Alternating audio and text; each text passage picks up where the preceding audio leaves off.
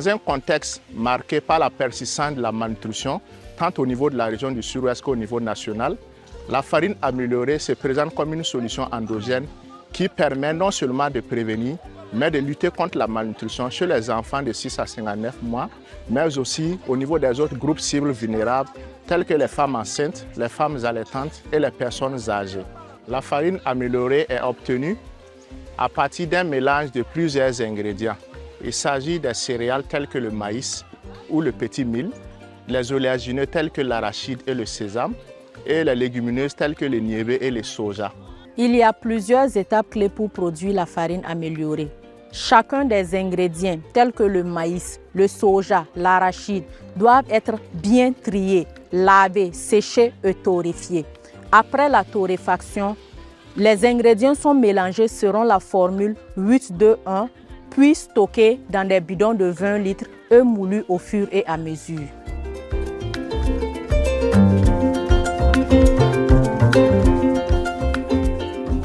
En 2024, près de 16 000 femmes et 1300 hommes ont produit plus de 350 tonnes de farine améliorée dans l'ensemble des 80 villages d'intervention du projet.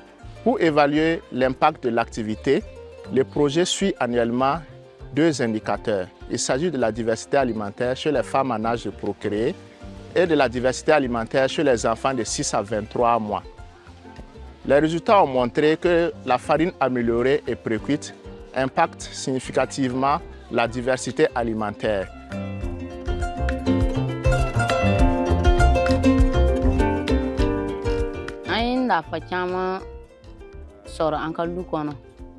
Parce que ambi bagamu ni kera ni samina tinta kera ni antu ya yanka demse ni tumbi ban antu mitano ye de torso ata flasa mais depuis sandama mi bagamu ni keka baga keka diomani aya yeko kenya bianka lukono anti ta de torso tugu amaka bara keka wari soro depuis nka che ya don ko nafa bara ni abi tigeni soso seni kama Puke anka se ka baga mugu ni ke chama ani ale mugu ni ami se ka frike ani ka to fasana ye. Nous avons constaté au fil du temps que le nombre de participants à l'activité production de la farine améliorée ne fait qu'augmenter d'année en année. Eux-mêmes, les hommes commencent à s'intéresser à cette activité et à y prendre part. Aussi, les villages voisins s'intéressent à la farine et demandent à être formés sur sa production. En plus de la grande production qui a lieu une fois l'an, environ 40% des ménages répliquent la production de la farine au niveau ménage une fois leur stock épuisé sans l'accompagnement du projet.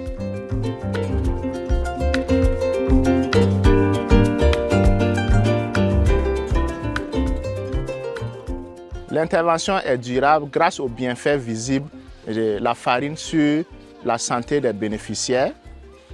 En plus de ça, il y a aussi le fait que le matériel et les ingrédients utilisés sont disponibles localement. Et enfin, la technologie de transformation est maîtrisée par les relais communautaires et l'ensemble des femmes qui participent à l'activité.